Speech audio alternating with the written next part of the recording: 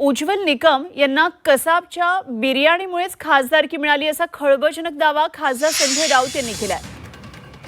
तर unlikely paradise या पुस्तकामध्ये राऊतांनी हा दावा केलेला आहे आणि नरकातला स्वर्ग या पुस्तकाची ही इंग्रजी आवृत्ती आहे। यामध्ये राऊत यांनी उज्ज्वल निकम यांच्या संदर्भात हे लिहिलेलं आहे।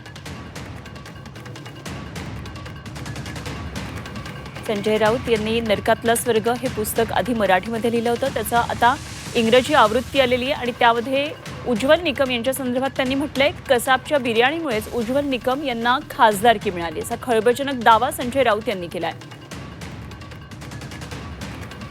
इथे आपण पाहूया काय नेमकं म्हटलंय। तर आर्थर रोडच्या जेलर साहेबांच्या इतर अधिकाऱ्यांच्या मानगुटीवर कसाबचं भूत होतं। आर्थर रोडच्या जेलर साहेबांच्या इतर अधिकाऱ्यांच्या मानगुटीवर कसाबचे भूत होतं असं त्यांनी म्हटलं आणि कसाबच्या सुरक्षेसाठी गृह खात्यानं इंडो तिबेटियन बॉर्डर पोलिसांचं पथक नेमलं। लष्कराप्रमाणे त्यांच्या कारवाया असतात। भारत सरकारनं कसाबसाठी आयटीबीपी फोर्सची व्यवस्था केली।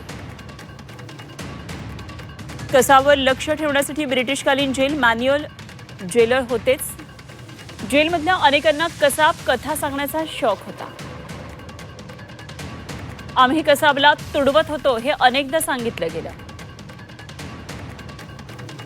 कसाबला आम्ही संधी मिळेल तेव्हा ठोकला, पण त्याच्यात रग होती असं अनेक सुरक्षा रक्षकांनी अनेकदा सांगितलं।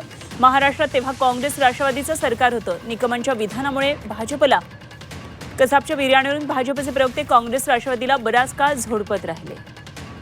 काँग्रेस राष्ट्रवादीची पुरती बदनामी करण्याची संधी निकमांच्या वक्तव्यामुळे भाजपला मिळाली। निकम यांच्या खांद्यावर बंदूक ठेवून भाजपनं 2 बार उडवले, ते फुसके निघाले। त्यातून उज्ज्वल निकम यांना काय मिळालं? 2024च्या निवडणुकीत निकम यांना लोकसभेची उमेदवारी मिळाली, मात्र ते पराभूत झाले। पुढे कधीतरी याच निकमांनी मान्य केलं की कसाबला बिर्याणी खाऊ घातल्याचं विधान जाणून बुजून केलं, ते घडलंच नव्हतं।